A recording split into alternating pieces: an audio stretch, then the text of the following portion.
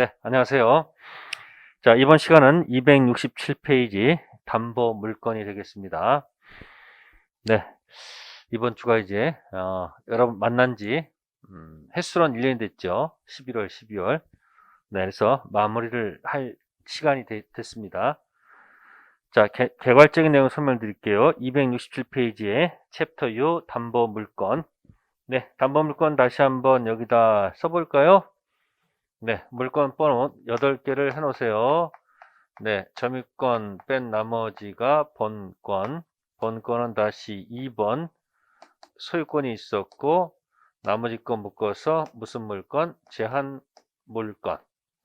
제한 물건은 소유권의 사용 수익권 가지고 하는 것이 용익 물건. 그래서 3, 4, 5 해서 한 글자 따서 지전. 자, 이번 시간 공부할 것은 담보 물건입니다. 자, 교환 가치를 파악한다. 이렇게 돼 있어요. 자, 6번이 유치권, 7번이 질권, 8번이 저당권. 자, 먼저 개념을 한번 잡아 봅시다. 자, 이게 지금, 네, 2편, 네, 물건에 관한 얘기예요.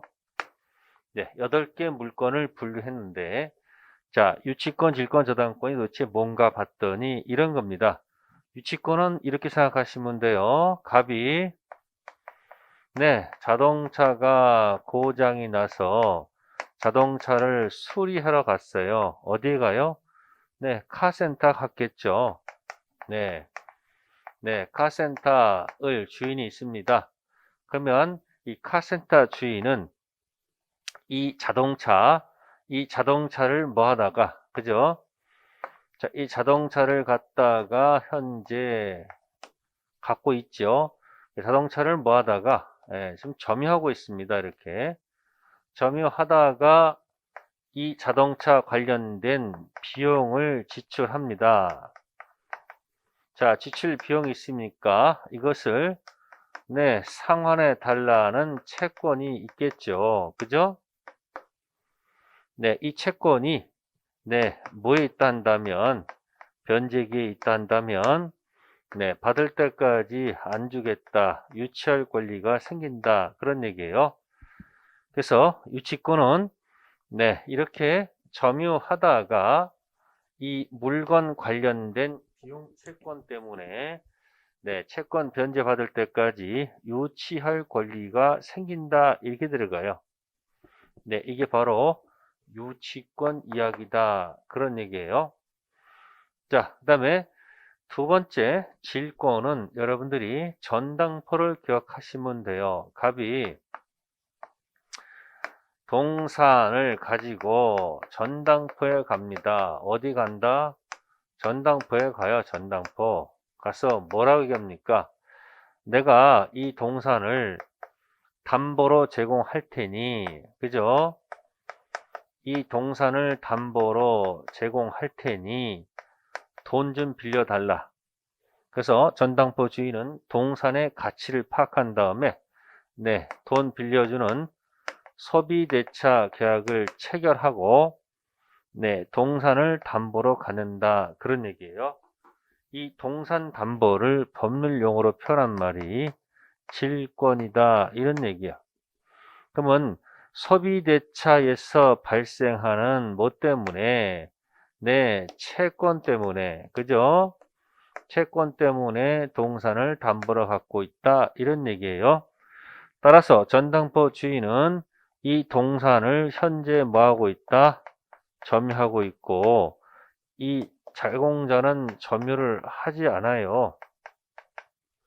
그래서 이 갑의 명칭을 질권 설정자다 이렇게 표현을 하고 네, 을은 질권자다 이렇게 하는 겁니다.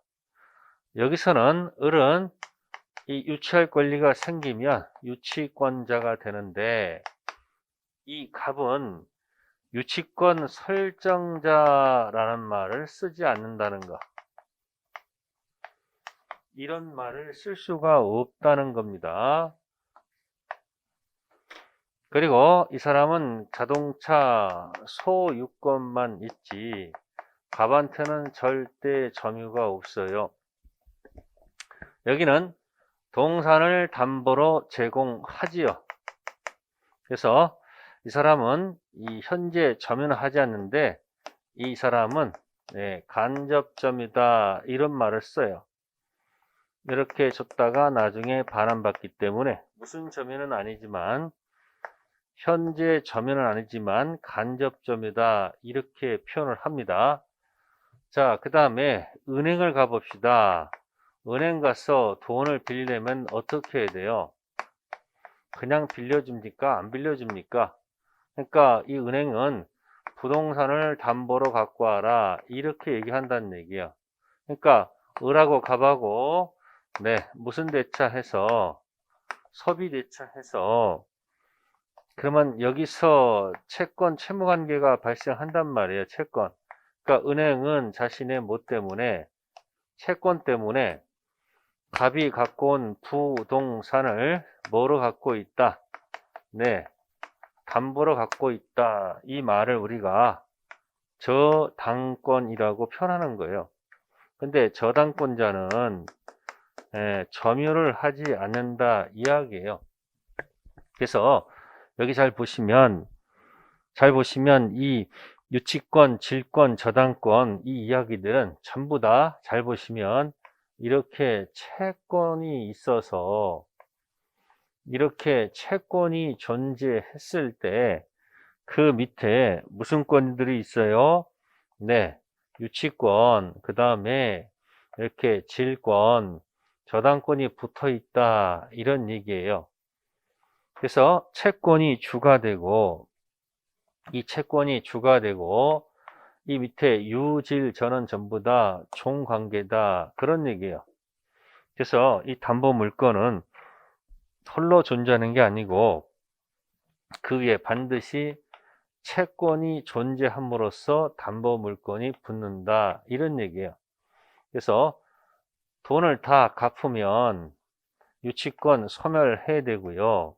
또 돈 다 갚으면 동산 질권 소멸해야 되고요. 돈을 다 갚으면 저당권도 당연히 소멸해야 되겠죠.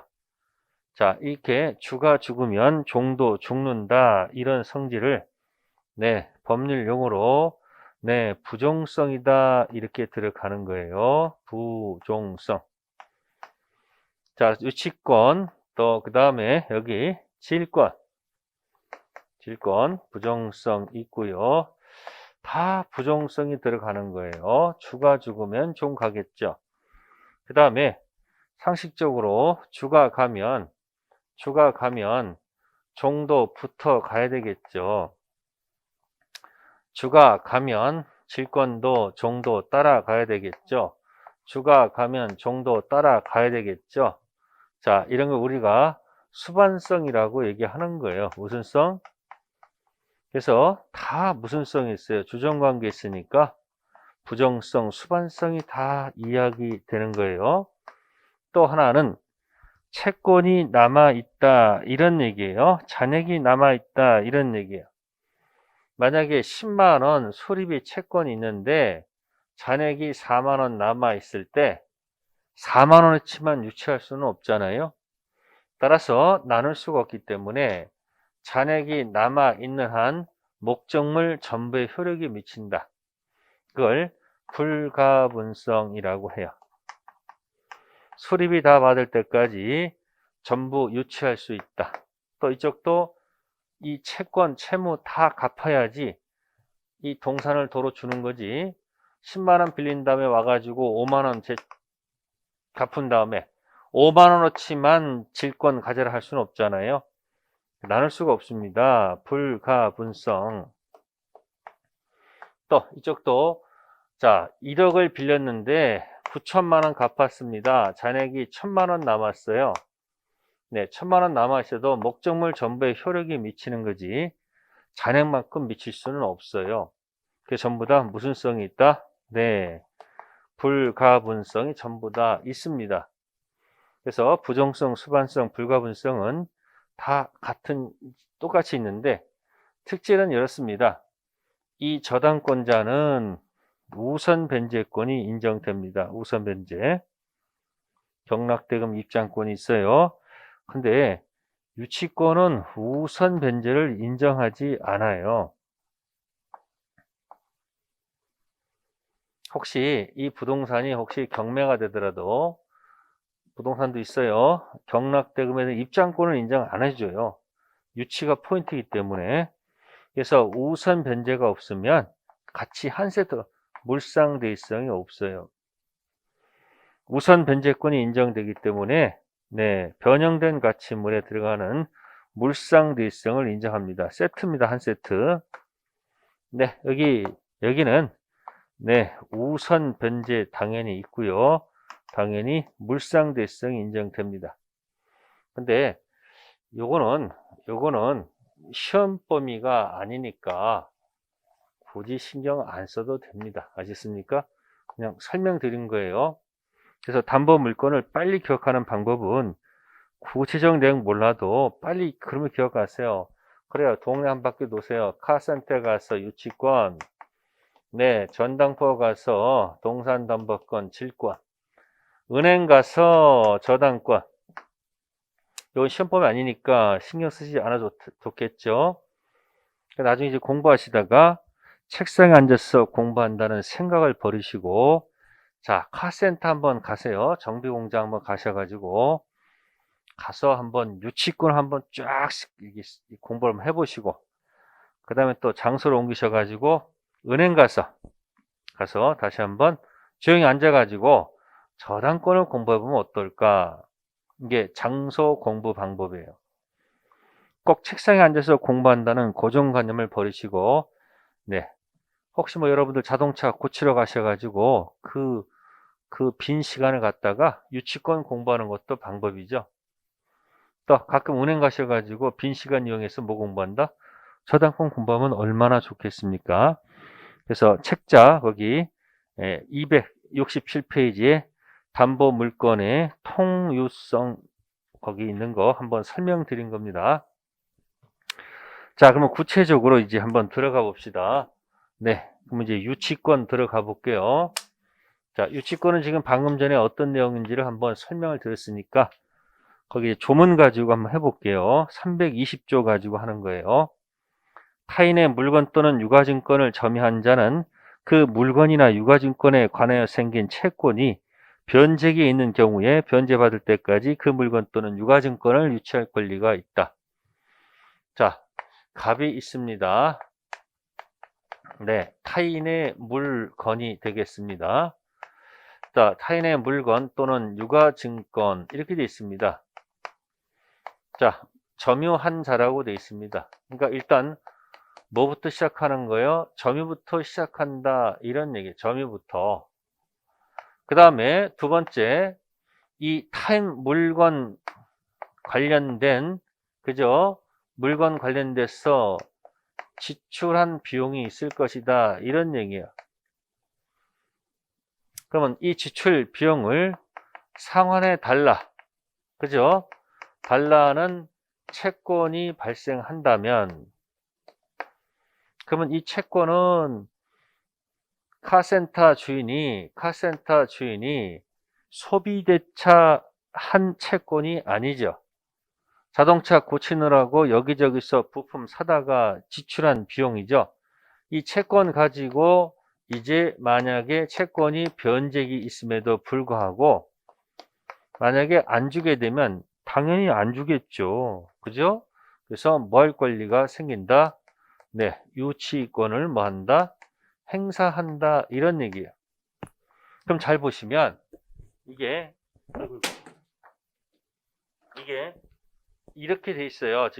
이게 너무 넓어서 그런데 지금 일단 타인 물건을 이렇게 점유를 하다가 물건 관련 채권 가지고 변제기에서 안 주면 같이 맞물려 돌아간다 이야기 유치권. 이 그림을 잘 기억하셔야 돼요. 그래서 이 점유가 생명이다 이런 얘기야. 그러니까 이 점유가 만약에 점유가 무슨 이유로 상실한다면 이 본권, 유치권도 당연히 소멸한다 이런 얘기예요. 이게 특징이에요. 그래서 이걸 여러분들이 손가락 하나 타인 물건 점유하다가 채권 때문에 유치권 들어가요. 자, 보세요. 타인 물건 점유하다가 채권 때문에 유치권 들어가는 거 아시겠습니까? 이 그림을 반드시 머릿속에 기억하셔야 돼요. 채권, 타인 물건 점유하다가 채권 때문에 유치권 행사한다. 그러다 점유가 상실되면 유치권 소멸한다. 꼭 기억해 두세요. 가장 중요한 얘기예요. 자, 이제 이거 가지고 유치권의 성립 요건을 말을 만들어 볼게요. 유치권의 성립 요건.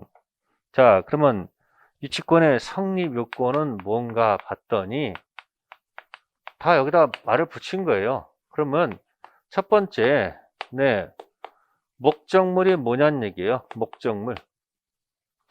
유치권의 목적물은 여기 타인 물건이지 않습니까? 타인 물건. 그 다음에 이 타인 물건 관련된 뭐가 있다. 여기 채권이 있잖아요. 그러니까 이 두 가지가 이 물건과 채권의 상호관계, 그걸 결련관계다 이렇게 표현하는 거예요. 결련관계. 이 결련관계는 이 물건하고 관련된 채권이죠. 이 물건 관련된 채권에 결련관계가 있어야 된다 이야기예요. 그 다음에 세 번째는 이 채권 있잖아요. 채권. 이 채권이 뭐 있으라는 겁니까? 채권이 변제기가 도래해야 된다 이야기예요. 아셨습니까? 그 다음에 네 번째는 서로 유치권 행사하지 않기로 하는 이 특약이, 그죠? 그러니까 유치권 불행사, 특약이 부존재, 없어야 된다 이런 얘기예요. 그래서 책자에서 여기 보시면은 269페이지에 유치권의 목적물 있고, 자, 물건과 채권의 뭐예요 지금? 결련관계, 그 다음에 채권 변제기 도래, 그 다음에 여기 네 번째 빠졌네요. 자, 변제기 도래하고 적법한 뭐가 있을 거? 네, 점유가 있고, 그 다음에 유치권 행사하지 않기로, 그죠? 하는 특약이 없을 때 비로소 유치권 행사할 수 있다 그런 얘기. 그러면 여기다 갖다가 사연을 붙여보면 되겠죠. 자, 첫 번째, 타인의 물건이라고 했습니다. 타인의 물건. 그러면 자기 물건 가지고는 유치권이 안 된다는 얘기죠. 자기가 소유자면서 자기 물건 가지고는 유치권 대상이 될 수가 없다는 얘기죠. 두 번째, 그럼 자기 거 아니면, 그죠? 타인 물건이니까 뭐 채무자가 물건을 갖고 왔다. 채무자 물건 유치권 행사할 수 있을 것이고, 또 보니까 채무자 게 아니에요. 뭐 제3자 물건을 갖고 왔어요. 그래서 유치권 행사할 수 있겠네요. 그죠? 그래서 목적물은 요거 가지고 얘기하면 돼요. 그리고 이 목적물은 물건이라 했으니까 당연히 물건에는 무슨 유치권도 있고요. 네, 동산도 있고 부동산도 있으니까 네, 동산 유치권도 가능하고요. 부동산 유치권도 인정합니다. 그러나 부동산 유치권이 인정된다 하더라도 요거는 네, 등기 사항은 아닙니다. 점유 속에 유치권이 있기 때문에 상실하면 상실하기 때문에 등기할 성질의 것이 아니죠. 그러니까 발품 팔아야 된다 그런 얘기고, 그 다음에 제일 어려운 데가 요겁니다. 그래서 물건 관련된 뭐다? 결련관계지. 이 점유 관련된 채권 얘기는 아니다. 그런 어렵게 해놨습니다. 자, 그럼 요거 가져가게 되면 임차인이 있어요. 임차인. 그래서 임차인이 목적물을 점유하다가 지출한 필요비하고 유익비가 있어요. 자, 필요유익비 달라는 채권 가지고는 유치권 인정할 수가 있어요.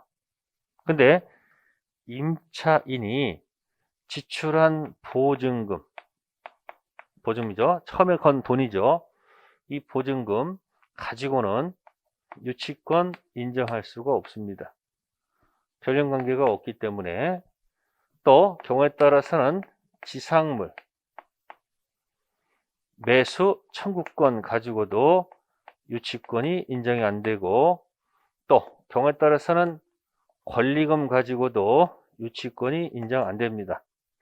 그래서 이 네 가지 꼭 기억하셔야 됩니다. 힘들면 필유비할 때 유하고 글자가 일치하고, 보하고 유하고 일치하지 않고, 지하고 유하고 일치하지 않고, 권하고 유하고 일치하지 않는다.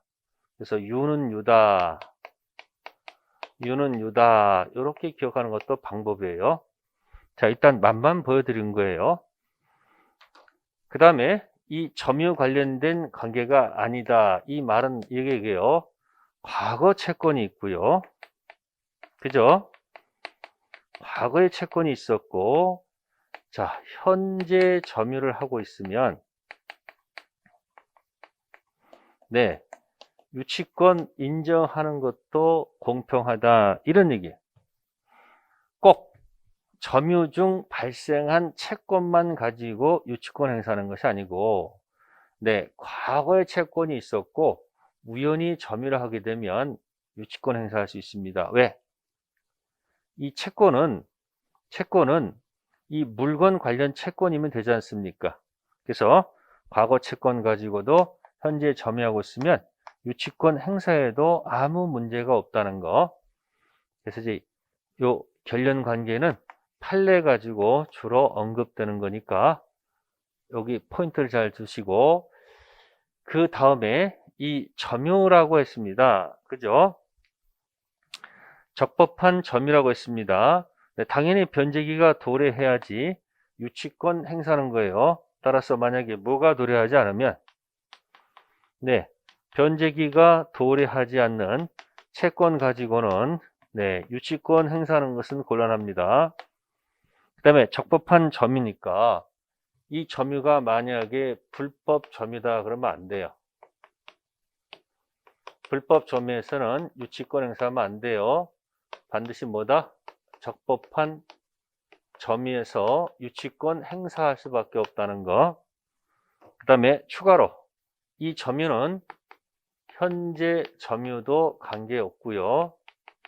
또 채무자 아닌 제3자한테 직접 점유주는 간접 점유도 가능하다는 거. 그래서 점유 속에는 간접 점유도 해당이 될 수 있다는 겁니다. 자, 채권이 변제기 도래해야지 유치권 행사할 수 있겠죠. 그 다음에 유치권 행사하지 않는 특약이 없어야 된다. 만약에 당사자끼리 유치권 행사하지 않기로 만약에 특약을 맺으면 이 특약은 유효해요. 그러니까 특약 유효하니까 뭐예요? 행사하면 안 됐을 거 아닙니까? 그러니까 유치권 불행사 특약이 없는 때 들어가겠죠. 그 유치권에 관한 규정은 강행규정 아니고 무슨 규정? 임의 규정이기 때문에 그렇다. 그런 얘기예요. 그래서 유치권은 여기 성립요건 이렇게 떨어져 있지만 사실은 이 안에 전부 다 녹아 들어가 있는 겁니다. 그 다음에 참고를 한다면 여기서 이게 점유가 상실하면 유치권 소멸하잖아요. 그래서 이때 특징이 있습니다. 그래서 유치권에서는 점유 보호 청구권만 인정돼요. 점유 보호 청구권만 인정됩니다. 그래서 상실했다가 점유가 다시 부활할 수 있다면 유치권도 부활하기 때문에 결국은 유치권 물청은 인정하지 않는다는 얘기예요. 유치권 기초로 하는 물권적 청구권은 인정할 수가 없다는 게 특색이야. 점유권 물청은 있어도 유치권 물청은 존재할 수가 없다는 거. 그래서 숫자로 한다면 204조, 205조, 206조만 있고요. 유치권에서는 소유권 물청 213조 준용 규정 없고 214조 준용 규정이 없다. 이해가 안 된다고요? 네, 일단 들어두세요. 점유가 생명. 그래서 유치권은 이 정도에서 설명을 드리고요. 자, 그 다음에 이제 저당권 갈게요. 저당권은 도대체 뭐 가지고 하는 걸까? 저당권은 부동산 담보 대출을 기억하세요. 부동산 담보 대출. 그러니까 우리가 대출을 받으려면 어떻게 해야 돼요? 은행 가야 될 거 아닙니까? 그러면 대출할 때는 계약이 들어가요. 이 계약이 들어간다는 거예요. 네, 이게 소비대차라는 계약입니다. 소비대차. 네, 돈을 빌렸으면 금전 소비대차. 시골에서 쌀을 빌렸으면 쌀 소비대차. 농사 지어가지고 창고에 쌀이 있었는데 창고가 몽땅 불나가지고 쌀이 다 타버렸어요. 그러니까 아는 사람한테 가서 쌀 100가마니 빌려 쓰는 경우도 있습니다. 내년 농사 짓고 110가마니 주겠다. 그럼 여기서 지금 갑하고 오라고 소비대차를 했다는 얘기예요. 그럼 빌려준 을이 뭐가 되고요? 채권을 갖고 있고 빌려 쓰는 사람은 채무예요.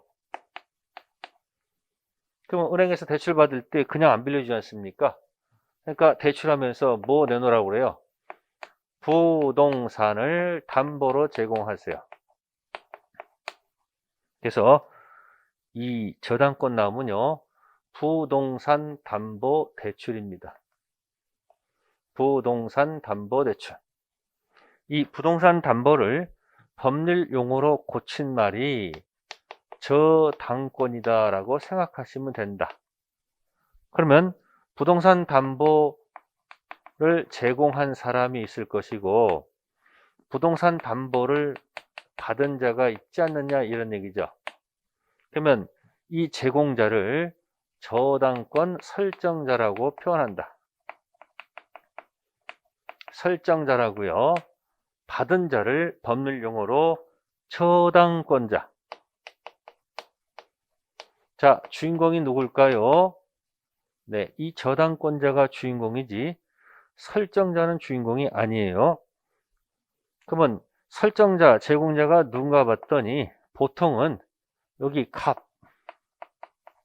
자, 갑의 부동산을 담보로 제공하는 것이 보통이고요. 경우에 따라서는 제3자가 나타나서 고맙게 담보 제공하는 경우도 있다 이야기예요. 그러면 저당권자는 보통 을이죠. 을이 받죠. 그럼 잘 보세요. 요 갑은 우리가 채무자라 하면 되고요. 이 병은 제3자라고 해요. 이런 제3자를 물상보증인이다 라고 표현합니다. 그러면 이 저당권자는 보통 누굽니까? 채권자가 된다 이야기예요. 그러니까 이제 여기서 저당권의 성립 요건을 이제 따져보는 겁니다.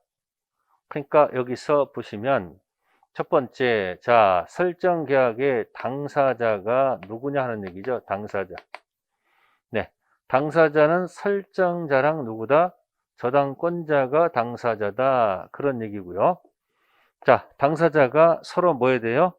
네, 당연히 합의를 해야 되고요. 플러스 뭐 해야 된다? 등기를 해야 됩니다.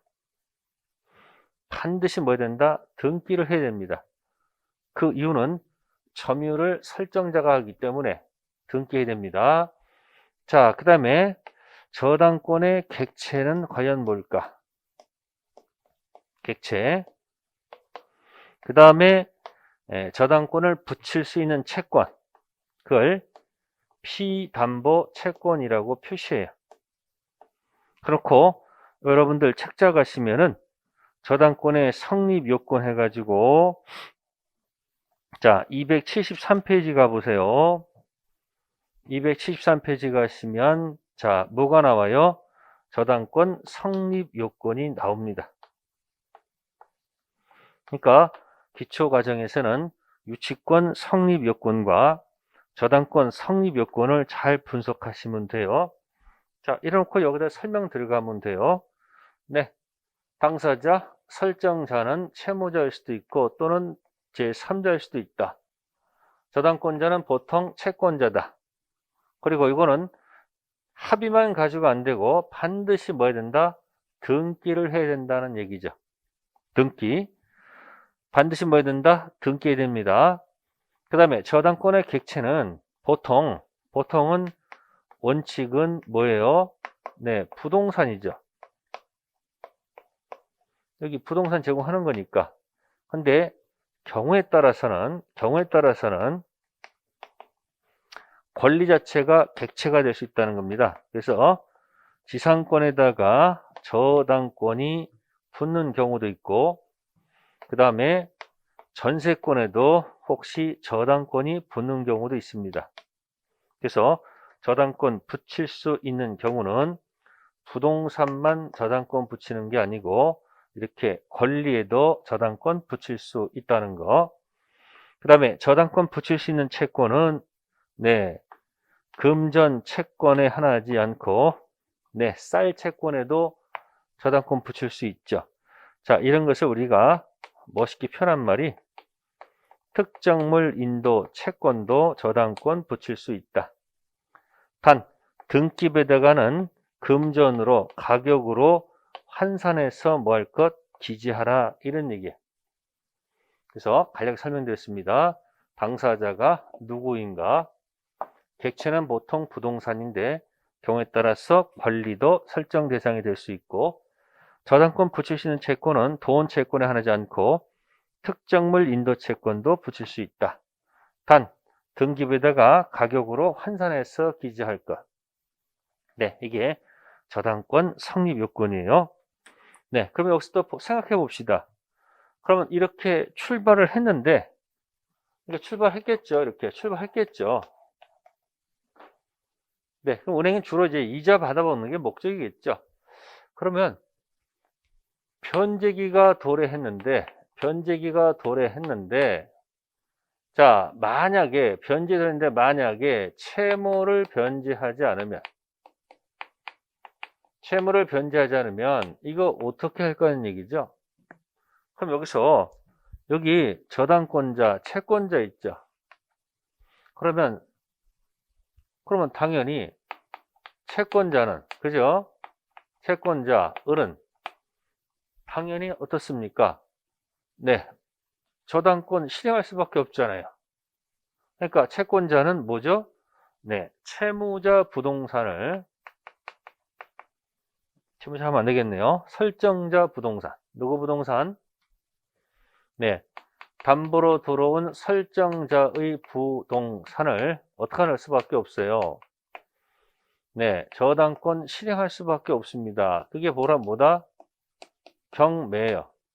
그러면 경매하면 새로운 경락인이 나타난다. 그런 얘기예요. 그러면 경락인은 돈 주고 경락받아서 좀 그림을 크게 그릴게요. 네, 이렇게 해서 대금을 다 완납하고 자, 경매요. 자, 자동 취득할까요? 등기해야 취득할까요? 다시 나오네요. 테스형이 아니고 뭐예요? 상수형 경기사러. 상속, 공영징수, 형성, 판결, 경매. 그러니까 경매는 등기 취득이 아니고 뭐예요? 자동 취득입니다. 그러면 이 채권자는 왜 경매를 집어넣은 거예요? 경매를. 네, 자신의 채권을 뭐 하려고요? 채권을 회수하기 위해서 경매 집어넣은 거 아닙니까? 그래서 360조에서 경락대금 들어가서 배당 받을 수 있는 채권액을 결정해 놓고 있습니다. 360조의 피담보 채권은 여기 들어가서 가지고 갈 수 있는 게 뭐냐는 얘기예요. 많이 가지고 갈 수가 없어요. 그래서 먼저 원본 찍고 원본을 가방에 챙기고, 그 다음에 이자 이건 변제기 도래할 때까지 이자죠. 그래서 요거 이자는 제한 없이 무제한 가져갈 수 있다. 그 다음에 위약금이라는 것이 있습니다. 위약금, 약속 위반 시 벌칙금으로 주겠다는 얘기고, 그 다음에 자, 여기가 포인트인데 이걸 지연이자라고 표현할게요. 변제기 도래했는데 돈을 안 갚아요. 네, 요거는 1년분이다. 이렇게 됐어. 1년분에 하나인다. 자, 이 지연이자는 다른 게 아니고 채무 불이행으로 인한 손해배상을 얘기하는 거예요. 이걸 줄임말은 뭐냐면 지연배상, 지연이자라고 하는 거예요. 그래서 이 지연이자는 1년분에 하나인데 그냥 이자는 제한이 없다는 겁니다. 그래서 이 1년분에 하나인다는 얘기는 혹시 경락대금에 들어가는 후순위 권리자 보호하기 위해서,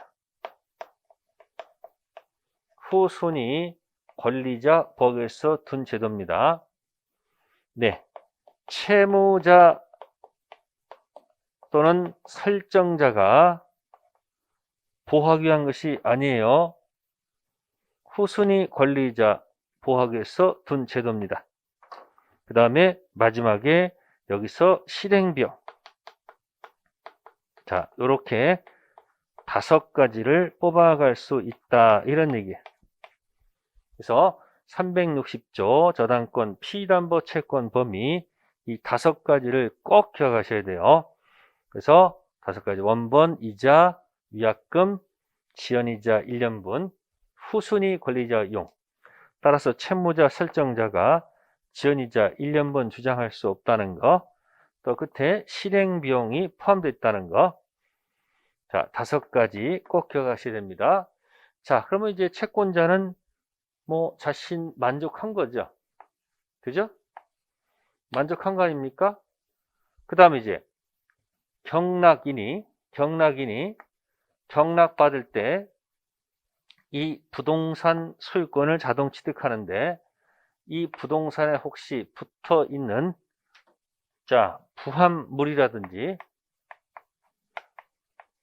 부합물이라든지 다음에 종물이 있을 거예요. 자, 따라서 저당권 효력은 이 부합물에도 미치고 종물에도 미치기 때문에 경락인은 당연히 부합물도 가져올 수 있고 종물도 덤으로 취득합니다. 이 부합물, 종물은 저당권 설정 등기 전에 있든 저당권 등기 후에 있든 이거는 물을 이유가 없습니다. 부합물, 종물에 저당권 효력이 미치므로 저당권 설정 전 있었든 후에 있었든 부합물, 종물도 저당권 효력이 미치기 때문에 경락인이 덤으로 같이 가져올 수밖에 없다는 거 당연한 겁니다. 자, 그 다음에 이제 이 경매란 얘기가 있습니다. 경매. 자, 이 경매 관련돼서 하나 들어간다면, 나대지, 빈 토지에다가 저당권을 설정했습니다. 근데 저당권 설정 후에 이 나대지에다가 건물을 신축했다 이야기입니다. 그래서 저당권 설정 후 건물이 신축됐을 때 저당권 효력은 토지에만 미치지 건물에는 미치지 않습니다. 그러니까 저당 토지 위의 건물에는 효력이 미치지 않습니다. 당연한 거예요. 자, 그런데 이와 같은 경우에 자, 판례가 이렇게 들어갑니다. 판례가 뭐냐면 경매 당시 네, 토지 소유자하고 건물 소유자가 만약에 같다면 원래는 효력이 안 미치는데 경매 당시 토지와 같다면 네, 이때는 토지 플러스 건물을 함께 경매 할 수 있다는 겁니다. 자, 그러나 같이 이걸 일괄 경매라고 해요. 무슨 경매? 일괄 경매권을 인정해 준다 이야기예요. 근데 일괄 경매 인정하더라도 토지에서만 입장권, 우선 변제권 있는 거지 건물은 입장권 인정할 수 없다는 거. 그 다음에 일괄 경매는 캔이기 때문에 하기 싫으면요. 나 그냥 토지만 경매할 수도 있다. 이런 얘기예요. 그래서 이걸 일괄 경매라고 해요. 그러니까 저당권 설정 후 나대지의 건물이 신축되면 저당권 효력은 토지에만 미치고 건물은 미치지 않습니다. 근데 경매를 좀 쉽게 하기 위해서 토지 건물을 한꺼번에 경매 승기를 터주는데 경매 당시 반드시 같을 때만 토지 건물 일괄 경매 만약 하기 싫으면 토지만 경매할 수 있다는 거. 자, 이런 이야기들이 책자에 쭉 적혀 있는 겁니다. 그러니까 이게 지금 저당권 효력이라는 말로 들어와 있는 거예요. 그 다음에 과실 문제는 별거 없어요. 자, 점유를 누가 하고요? 이쪽에서 점유를 하고 이쪽에서는 점유를 하지 않기 때문에 과실은 누가 가져간다? 네, 설정자 가져가는 것이 원칙이야. 그 이쪽은 점유를 하지 않기 때문에 과실 취득권은 인정이 안 됩니다. 다만 압류 후부터는 과실을 가져와도 관계없다는 거. 그러니까 압류 전에는 설정자가 가져가고요. 압류 후는 저당권자가 가져간다. 그런 얘기예요. 네, 이것이 저당권 뭐에 관한 거예요? 효력에 관한 얘기예요. 그러면 이제 거꾸로 해봅시다. 채무를 갚으면 어떻게 될까요? 네, 변제에게 돈을 갚았다. 채무를 변제했습니다. 네, 그러면 자, 이 저당권 등기는 자, 골라보세요. 자, A. 네, 자동 소멸일까? B. 말소 소멸일까? 자, 알아요? 몰라요? 몰라요? 그러면 자동으로 하면 되겠네. 이게 상수형, 기타 속에 들어가 있어요. 이게 부정성입니다. 주가 죽으면 저당권도 자동적으로 죽는다. 무슨 성? 부정성에 따라서 그렇다. 그런 얘기예요. 네, 그 다음에 책자에서는 저당권 침해에 대한 구제가 있는데 그런 설명 안 할게요. 자, 그래서 지금 유치권하고 저당권 지금 포인트를 설명드린 겁니다. 그러면 결론은 이렇게 볼게요. 유치권하고 저당권의 내용을 보게 되면 유치권도 이제 뭐 정상적으로 이렇게 들어가죠. 근데 이 채권은 소비대차 채권이 아닌 거예요. 이건 소비대차 채권이란 말이에요. 이건 약정한 채권이 아니고요. 이건 약정한 채권이거든요. 그래서 유치권은 합의가 있는 게 아니고 법정 담보 물건이고 저당권은 뭐죠? 약속을 정한 담보 물건이다. 그러니까 유치권은 유가 생명이에요. 점유가 생명이에요. 점유가. 이게 사실 위에 있는 거죠. 근데 저당권자는 점유를 하지 않아요. 점유하는데 이쪽은 우선 변제 인정할 필요가 없어요. 그러니까 이쪽은 무슨성이 없다. 물상 대수성이 없고, 저당권은 점유하지 않지만 우선 변제받아서 아까 원본 이자 위약금 지연이자 1년분 실행료 먼저 받아갈 수 있죠. 또 변형된 가치임을 물상 대비가 인정되는 겁니다. 그래서 시험범위에 있는 두 가지의 가장 큰 특징을 설명드렸어요. 네, 이렇게 해서 담보물건 정리할게요. 네, 잠시 쉬었다가 이제 계약법 갈게요.